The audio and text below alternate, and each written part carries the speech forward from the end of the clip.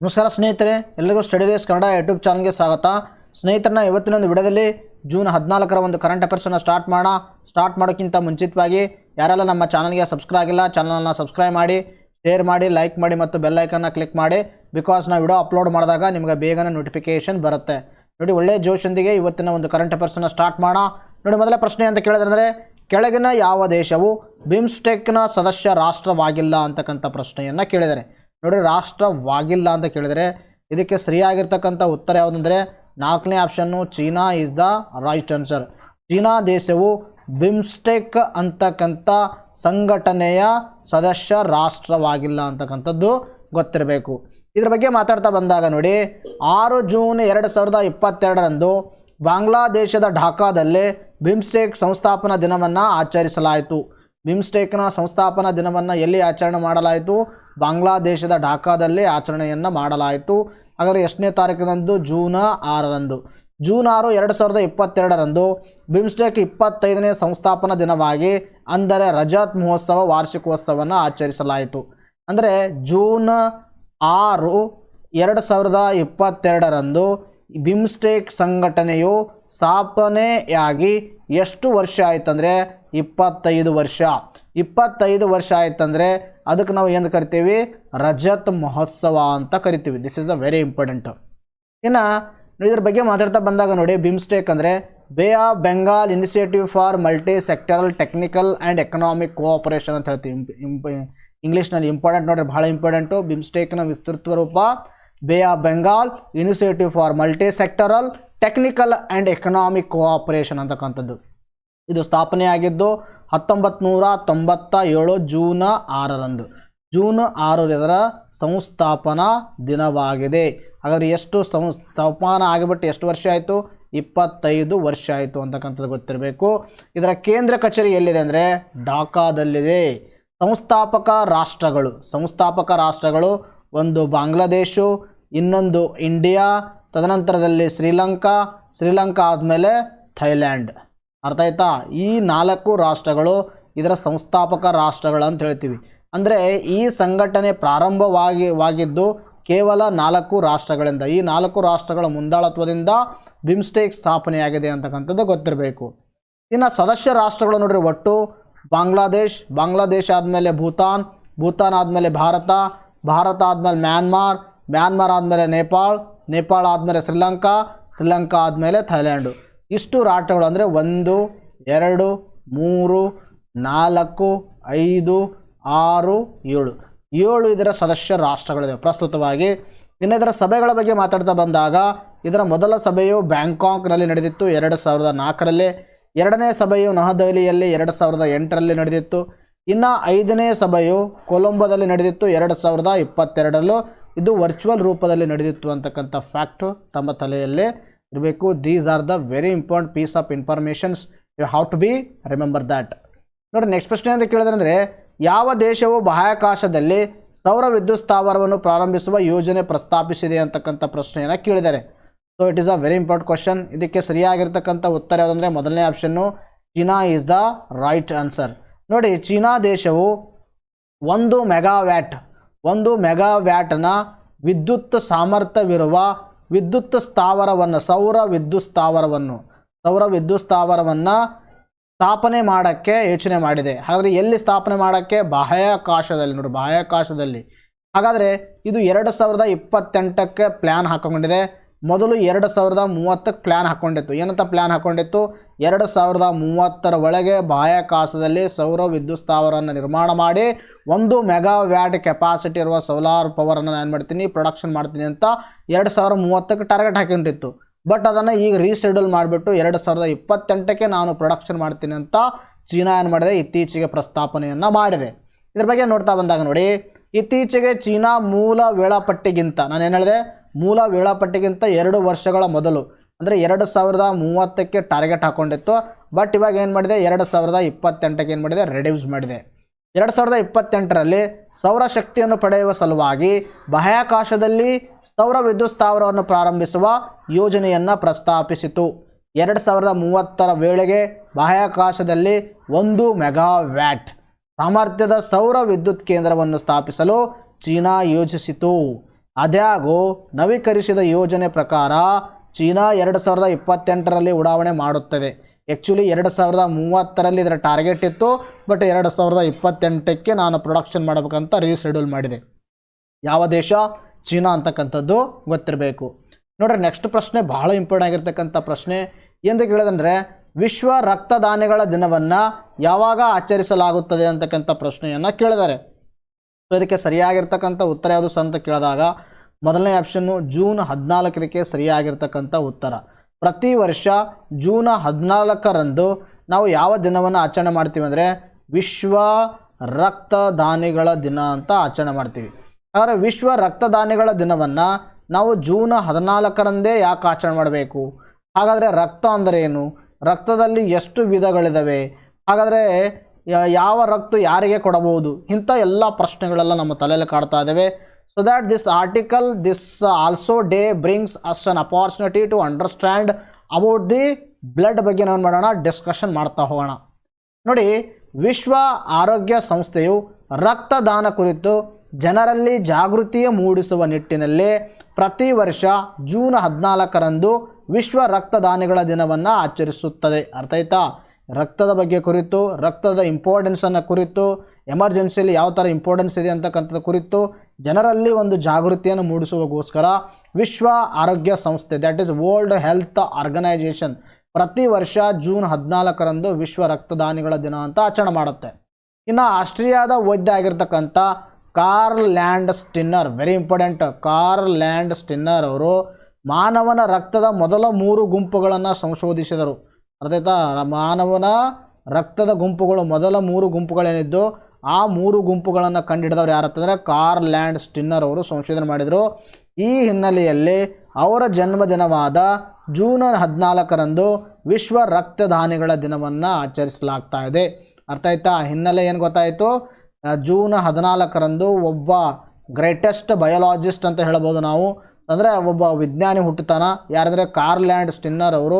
ಅವರ ಒಂದು ಹುಟ್ಟಿದ ದಿನವನ್ನೇ ನಾವು ವಿಶ್ವ ರಕ್ತದಾನಿಗಳ ದಿನ ಅಂತ ಆಚರಣೆ ಮಾಡ್ತೀವಿ. ಯಾಕೆ ನಾವು ಆಚರಣೆ ಮಾಡ್ತೀವಿ ಅಂದರೆ ಅವರು ಬ್ಲಡ್ ಒಂದು ಗ್ರೂಪ್ಗಳನ್ನು ಕಂಡುಹಿಡಿಯೋದ್ರಲ್ಲಿ ಬಹಳ ಸಹಾಯಕಾರಿ ಮಾಹಿತಿಯನ್ನು ಕೊಟ್ಟಿದ್ದಾರೆ ಮತ್ತು ರಕ್ತಗಳನ್ನು ವಿಂಗಡಣೆಯನ್ನು ಮಾಡಿದ್ದಾರೆ.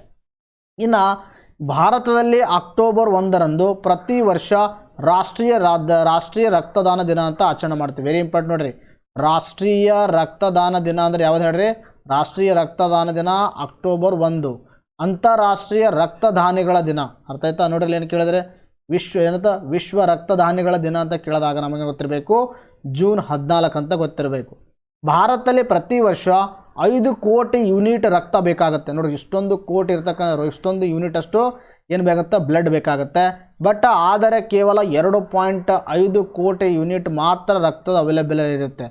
ಸೊ ದ್ಯಾಟ್ ಆದ್ದರಿಂದಾಗಿ it is the very necessary to ಅಷ್ಟು ಅವೇರ್ನೆಸ್ಸನ್ನು ಜನರಲ್ಲಿ ಮೂಡಿಸುವುದು ನಮಗೆ ಬಹಳ ಒಂದು ನೆಸಸಿಟಿ ಇದೆ.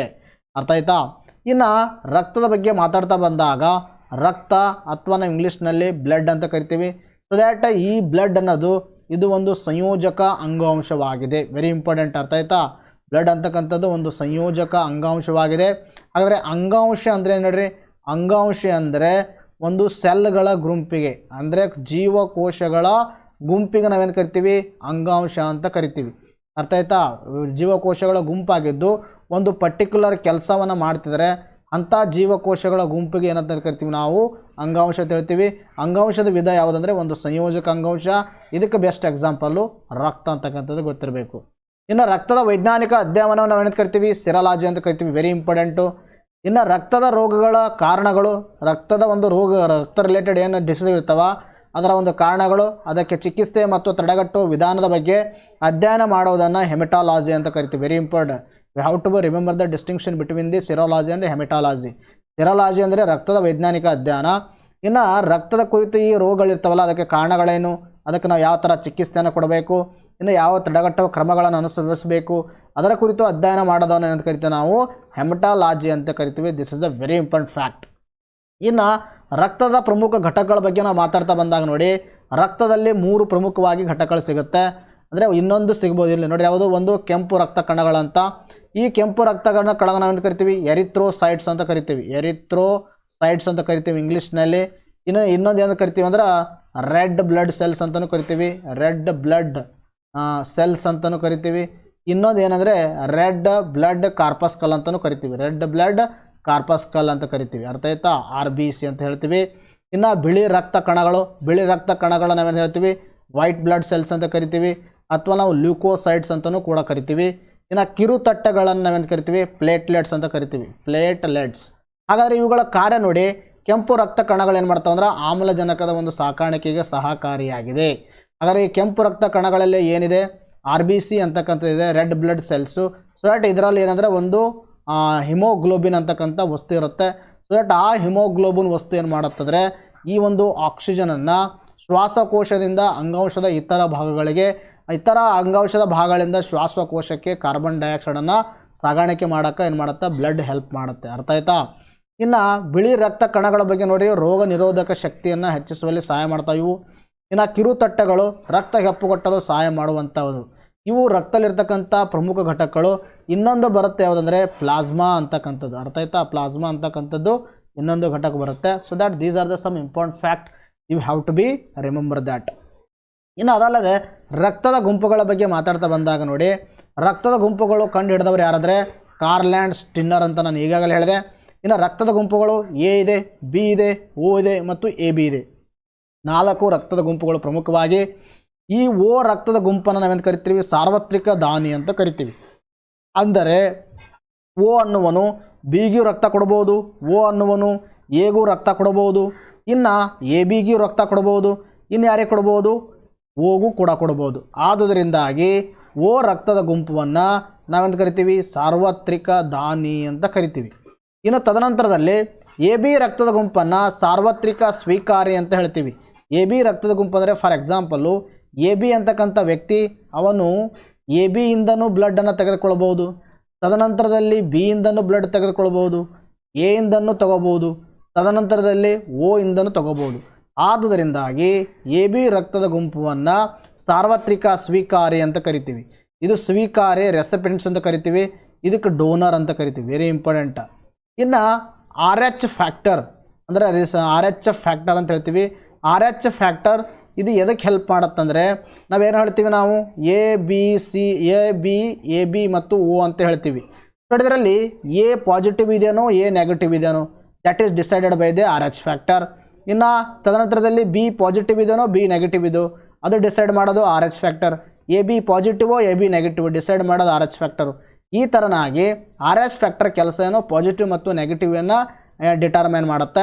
ಇಂಥ RH ಫ್ಯಾಕ್ಟರನ್ನು ಕಂಡು ಹಿಡಿದವರು ಯಾರಂದರೆ ಅಲೆಕ್ಸಾಂಡರ್ ವೈನರ್ ಮತ್ತು ಕಾರ್ಲ್ ಆ್ಯಂಡ್ ಸ್ಟಿನ್ನರ್ ಅವರು ಈ ಫ್ಯಾಕ್ಟರನ್ನು ಕಂಡುಹಿಡಿತಾರೆ. ಬಹಳ ಇಂಪಾರ್ಟೆಂಟ್ ಆಗಿರ್ತಕ್ಕಂಥದ್ದು, ಬಹಳ ವ್ಯಾಲ್ಯೂಬಲ್ ಆಗಿರ್ತಕ್ಕಂಥ ಮಾಹಿತಿಯನ್ನು ನಿಮ್ಮ ಎಕ್ಸಾಮ್ಗೋಸ್ಕರವಾಗಿ ಕೊಡ್ತಾ ಇದ್ವಿ. ಸೊ ದಟ್ ಎಲ್ಲವನ್ನು ನೋಟ್ ಡೌನ್ ಮಾಡ್ಕೋಬೇಕು. ಅಥವಾ ನಿಮಗೆ ನೋಟ್ ಡೌನ್ ಮಾಡ್ಕೊಳ್ಳೋಕ್ಕೂ ಆಗಲಿಲ್ಲ ಅಂದ್ರೂ ಕೂಡ ನೀವು ನಮ್ಮ ನೋಟ್ಸ್ಗಳನ್ನು ತಗೊಂಡು ಅದನ್ನು ರಿವೈಸ್ ಮಾಡ್ಬೋದು ಮತ್ತು ಡೈಲಿ ಬೇಸಿಸಲ್ಲಿ ನೀವೇನು ಮಾಡ್ಬೋದು? ರಿವೈಸ್ ಮಾಡ್ತಾ ಹೋಗ್ಬೋದು. ಅರ್ಥ ಆಯ್ತಾ? ನೋಡಿಲ್ಲಿ ನಾವು ಒಂದು ನೋಟ್ಸ್ಗೋಸ್ಕರ ನಿಮಗೆ 15 ದಿವಸಕ್ಕೆ 20 ರೂಪಾಯಿ ಚಾರ್ಜ್ ಆಗುತ್ತೆ. ಒಂದು ಮಂತ್ ಬೇಕಂದ್ರೆ 40 ಆಗುತ್ತೆ. ಜನವರಿಂದ ಮೇವರೆಗೆ ಬೇಕಂದ್ರೆ 200, ಡಿಸೆಂಬರಿಂದ ಮೇವರೆಗೆ ಬೇಕಂದ್ರೆ 240 ಆಗುತ್ತೆ. ನಾವು ಮಾಡಿರ್ತಕ್ಕಂಥದ್ದು ಎಲ್ಲ ವಿಡಿಯೋದ ನೋಟ್ಸ್ ನಿಮಗೆ ಬೇಕಂದರೆ 440 ರೂಪಾಯಿ ಆಗುತ್ತೆ. ಸೊ ದಟ್ ನೀವು ಫೋನ್ಪೇ, ಗೂಗಲ್ ಪೇ, ಪೇಟಿಎಮ್, ಭೀಮ್ ಆ್ಯಪ್, UPA ಅದನ್ನು ಪೇ ಮಾಡಿಬಿಟ್ಟು ಈ ವಾಟ್ಸಪ್ಗೆ ಸ್ಕ್ರೀನ್ಶಾಟ್ ಕಳಿಸಿದ್ರೆ ನಾವೆಲ್ಲ ಸಾಫ್ಟ್ ಕಾಪಿ ವಿತ್ MCQಸ್ಗಳನ್ನು ಕಳಿಸ್ತೀವಿ. ನೆಕ್ಸ್ಟ್ ನೋಡೋಣ. ನೆಕ್ಸ್ಟ್ ಪ್ರಶ್ನೆ ಅಂತ ಕೇಳಿದ್ರೆ ಅಸ್ತ್ರ ಕ್ಷಿಪಣಿ 1 ಅಂತಕ್ಕಂಥ ಪ್ರಶ್ನೆಯನ್ನು ಕೇಳಿದರೆ, ಅಸ್ತ್ರ ಕ್ಷಿಪಣಿ ಅಂದರೆ ಏನು ಹೇಳ್ರಿ? It is the right answer. ಇದಕ್ಕೆ ಸರಿಯಾಗಿರ್ತಕ್ಕಂಥ ಉತ್ತರ ಯಾವುದಂದರೆ 3ನೇ option air to air missile. Air to air missile ಅಂತ ಹೇಳ್ತೀವಿ. ಅಂದರೆ ಇದು ಒಂಥರ ಗಾಳಿಯಿಂದ ವಾಯುವಿಂದ ವಾಯುವಿಗೆ ಚಿಮ್ಮುವ ಒಂದು ಕ್ಷಿಪಣಿಯಾಗಿದೆ. ಯಾವುದು? ಅಸ್ತ್ರ ಅಂತಕ್ಕಂಥದ್ದು. ಸೊ ದ್ಯಾಟ್ ನೋಡಿ, ಇದ್ರ ಬಗ್ಗೆ ನ್ಯೂಸ್ ಪೇಪರಲ್ಲಿ ಆರ್ಟಿಕಲ್ ಕಾಣಿಸ್ಕೊಂಡಾಗ ಅದ್ರ ಮೇಲೆ ಪ್ರಶ್ನೆಯನ್ನು ಫ್ರೇಮ್ ಮಾಡಲಾಗಿತ್ತು. ಭಾರತಕ್ಕೆ ಮತ್ತಷ್ಟು ಅಸ್ತ್ರ ಅಂತಕ್ಕಂಥದ್ದು ನ್ಯೂಸ್ ಪೇಪರಲ್ಲಿ ಆರ್ಟಿಕಲ್ ಕಾಣಿಸ್ಕೊಂಡಿದೆ. ಇದ್ರ ಬಗ್ಗೆ ಮಾತಾಡ್ತಾ ಬರೋಣ ನೋಡಿ. ಆತ್ಮನಿರ್ಭರ್ ಭಾರತ ನಿರ್ಮಾಣದ ನಿಟ್ಟಿನಲ್ಲಿ ಅಸ್ತ್ರ ಸರಣಿಯ 2 ಸುಧಾರಿತ ಆವೃತ್ತಿಗಳಾದ ಅಸ್ತ್ರ MK2 ಮತ್ತು ಅಸ್ತ್ರ MK3 ಕ್ಷಿಪಣಿಗಳನ್ನು DRDO ಅಭಿವೃದ್ಧಿಪಡಿಸುತ್ತಿದೆ. DRDO ಏನು ಮಾಡ್ತಾ ಇದೆ? ಅಭಿವೃದ್ಧಿಪಡಿಸ್ತಾ ಇದೆ. 2 ಕ್ಷಿಪಣಿಗಳು ಯಾವುದು? ಒಂದು ಅಸ್ತ್ರ MK2 ಅಂತಕ್ಕಂಥದ್ದು, ಇನ್ನೊಂದು ಅಸ್ತ್ರ MK3 ಅಂತಕ್ಕಂಥದ್ದು. ಅಸ್ತ್ರ MK2 ಮತ್ತು MK3 ಅಂತಕ್ಕಂಥ ಈ ಕ್ಷಿಪಣಿಗಳು ಏರ್ ಟು ಏರ್ ಅಂತಾಯ್ತಾ. ಏರ್ ಟು ಏರ್ ಅಂದರೆ ವಾಯುವಿಂದ ವಾಯುಗೆ ಹಾರುವ ಅಥವಾ ಚಿಮ್ಮುವ ಕ್ಷಿಪಣಿಗಳಾಗಿವೆ. ಅವುಗಳ ಪ್ರಾಯೋಗಿಕ ಪರೀಕ್ಷೆ ಕ್ರಮವಾಗಿ 2023-2024ರಲ್ಲಿ ನಡೆಯಲಿದೆ ಅಂತಕ್ಕಂಥದ್ದು ಮಾಹಿತಿಯನ್ನು ಕೊಟ್ಟಿದ್ದಾರೆ.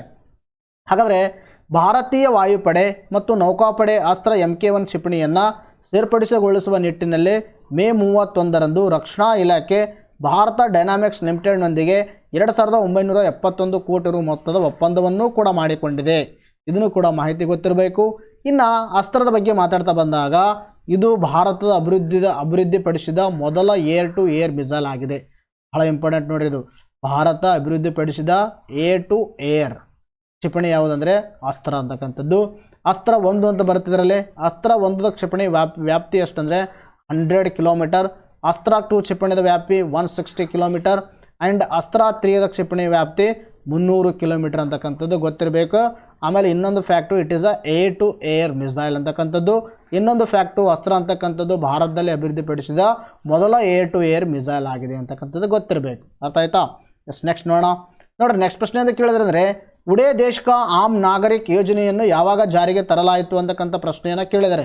ಸೊ ದ್ಯಾಟ್ ಇದಕ್ಕೆ ಸರಿಯಾಗಿರ್ತಕ್ಕಂಥ ಉತ್ತರ ಯಾವುದಂದರೆ ಎರಡನೇ ಆಪ್ಷನ್ನು 2016 ಇದಕ್ಕೆ ಸರಿಯಾಗಿರ್ತಕ್ಕಂಥ ಉತ್ತರವಾಗಿದೆ. ಹಾಗಾದರೆ ಉಡೇ ದೇಶ್ ಕಾ ಆಮ್ ನಾಗರಿಕ್ ಅಥವಾ ಸಿಂಪಲ್ ಆಗಿ ಉಡಾನ್ ಅಂತ ಹೇಳ್ತೀವಿ.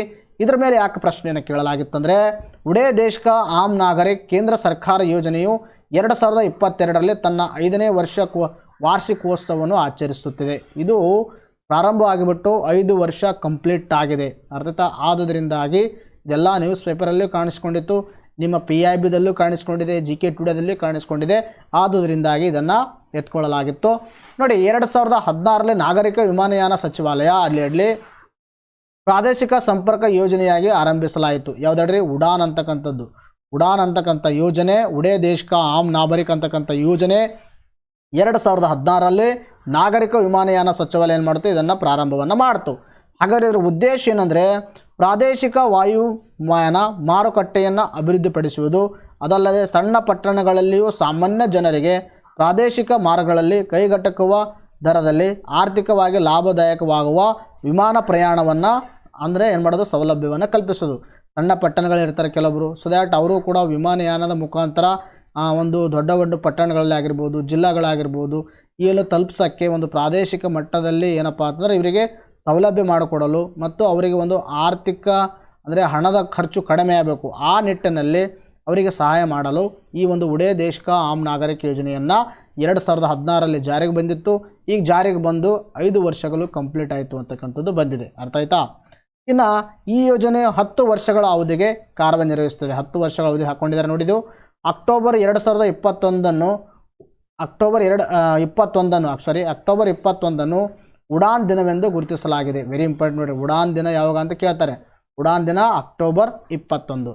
ಈ ಯೋಜನೆಗೆ ಭಾರತ ಸರ್ಕಾರ ಮತ್ತು ರಾಜ್ಯ ಸರ್ಕಾರಗಳು ಜಂಟಿಯಾಗಿ ಧನ ಸಹಾಯ ಮಾಡುತ್ತವೆ. ಅರ್ಥ ಆಯ್ತಾ? ಇದು ಏನಿದು ಉಡಾನ್ ಅಂತಕ್ಕಂಥ ಯೋಜನೆ ಇದೆಯಲ್ಲ, ಇದರಲ್ಲಿ ಕೇಂದ್ರ ಸರ್ಕಾರದ್ದು ಅಮೌಂಟ್ ಬರುತ್ತೆ, ಇನ್ನು ರಾಜ್ಯ ಸರ್ಕಾರಗಳಿಂದನೂ ಕೂಡ ಅಮೌಂಟ್ ಬರುತ್ತೆ. ಇದನ್ನು ಇಂಪ್ಲಿಮೆಂಟೇಷನ್ ಮಾಡುವಗೋಸ್ಕರ ಉಡಾನ್ ಯೋಜನೆಯಡಿ ಮೊದಲ ವಿಮಾನವು ಸಿಮ್ಲಾದ ಒಂದು ಜಬರಹಟ್ಟಿ ವಿಮಾನ ನಿಲ್ದಾಣದಿಂದ ನವದೆಹಲಿಗೆ ಹೊರಟಿತ್ತು. ನೋಡ್ರಿ, ಫಸ್ಟ್ ಟೈಮ್ ಈ ಒಂದು ಉಡಾನ್ ಯೋಜನೆ ಅಡಿಯಲ್ಲಿ ಮೊದಲ ವಿಮಾನ ಎಲ್ಲಿ ಅಂತಂದರೆ ಸಿಮ್ಲಾದ ಜಬರಹಟ್ಟಿಯಿಂದ ಯಾವುದಂದರೆ ನವದೆಹಲಿವರೆಗೆ ಏನು ಮಾಡ್ತು, ಪ್ರಯಾಣವನ್ನು ಸಾಗಿತ್ತು ಅಂತಕ್ಕಂಥದ್ದು ಗೊತ್ತಿರಬೇಕು. ಇದನ್ನು ಕೂಡ ಎಕ್ಸಾಮಲ್ಲಿ ಪ್ರಶ್ನೆಯನ್ನು ಕೇಳಬಹುದು. ನೆಕ್ಸ್ಟ್ ನೋಡಿರಿ, ನೆಕ್ಸ್ಟ್ ಏನಿದ್ದಾವೆ, 1 ಲೈನರ್ಸ್ ಇದ್ದಾವೆ. ಮೊದಲನೇ ಪ್ರಶ್ನೆ ಅಂತ ಕೇಳಿದ್ರೆ, ಯಾವ ಕೇಂದ್ರ ಸಚಿವಾಲಯವು ವಿಕಲಾಂಗ ವ್ಯಕ್ತಿಗಳ ಅಂದರೆ ಫಿಸಿಕಲಿ ಏನಿದಾಗಿರ್ತಾರಲ್ಲ ಅವರಿಗೆ ಅಂದರೆ ಕಾಲು ಕೈಯು ಇದೇನು ಇದಿರ್ತಾವಲ್ಲ ಅಂಥ ವ್ಯಕ್ತಿಗಳಿಗೆ ಹೊಸ ಕರಡು ರಾಷ್ಟ್ರೀಯ ನೀತಿಯನ್ನು ಪ್ರಾರಂಭಿಸುತ್ತೆ. ಯಾವ ಸಚಿವಾಲಯ ಅಂದರೆ ಸಾಮಾಜಿಕ ನ್ಯಾಯ ಮತ್ತು ಸಬಲೀಕರಣ ಸಚಿವಾಲಯ. ಇನ್ನು NSDA ವರದಿಯ ಪ್ರಕಾರ ರಾಷ್ಟ್ರೀಯ ಆಡಳಿತ ಸೇವಾ ವಿತರಣಾ ಮೌಲ್ಯಮಾಪನದಲ್ಲಿ ಯಾವ ರಾಜ್ಯದ ಅತ್ಯುನ್ನತ ಸ್ಥಾನದಲ್ಲಿದೆ ಅಂತಕ್ಕಂಥ ಪ್ರಶ್ನೆ ಕೇಳಿದರೆ ಯಾವ ರಾಜ್ಯವು? ಸರಿಯಾಗಿರ್ತಕ್ಕಂಥ ಉತ್ತರ ಕೇರಳ. ನೆಕ್ಸ್ಟ್ ನೋಡಿರಿ, 2022ರಲ್ಲಿ ಪಶ್ಚಿಮ ವಲಯ ಮಂಡಳಿಯ ಸಭೆಯ ಸ್ಥಳ ಯಾವುದು ಅಂದರೆ ದಿಯು ಮತ್ತು ದಮನ್. ಇನ್ನು ಪ್ರತಿ ಸಿಗರೇಟಿನ ಮೇಲೆ ಎಚ್ಚರಿಕೆಯನ್ನು ಮುದ್ರಿಸಬೇಕೆಂದು ಆದೇಶಿಸಿದ ವಿಶ್ವದ ಮೊದಲ ದೇಶ ಯಾವುದಂದರೆ ಕೆನಡಾ. ವೆರಿ ಇಂಪಾರ್ಟೆಂಟ್ ನೋಡಿರಿ, ಪ್ರತಿ ಸಿಗರೇಟಿನ ಮೇಲೆ ಎಚ್ಚರಿಕೆಯನ್ನು ಮುದ್ರಿಸಬೇಕೆಂದು ಆದೇಶ ಹೊರಡಿಸಿದ ವಿಶ್ವದ ಮೊದಲ ದೇಶ ಯಾವುದಂದರೆ ಕೆನಡಾ ಅಂತಕ್ಕಂಥದ್ದು ಗೊತ್ತಿರಬೇಕು. ಸೊ ದ್ಯಾಟ್ ಇವತ್ತಿಗೆ ಈ ಕರೆಂಟ್ ಅಫೇರ್ಸನ್ನು ಮುಗಿಸೋಣ. ಮತ್ತೆ ಮುಂದಿನ ವಿಡಿಯೋದಲ್ಲಿ ಹೊಸ ಜೋಶೊಂದಿಗೆ ಹೊಸ ಕರೆಂಟ್ ಅಫೇರ್ಸೊಂದಿಗೆ ಮತ್ತೆ ಭೇಟಿಯಾಗೋಣ. ವಿಡಿಯೋನ ಮುಗಿಸೋಕ್ಕಿಂತ ಮುಂಚಿತವಾಗಿ ಈ ಒಂದು ನಮ್ಮ ವಿಡಿಯೋದ ಡಿಸ್ಕ್ರಿಪ್ಷನ್ ಬಾಕ್ಸಲ್ಲಿ ಟೆಲಿಗ್ರಾಮ್ ಚಾನಲ್ದ ಲಿಂಕನ್ನು ಕೊಡಲಾಗಿದೆ.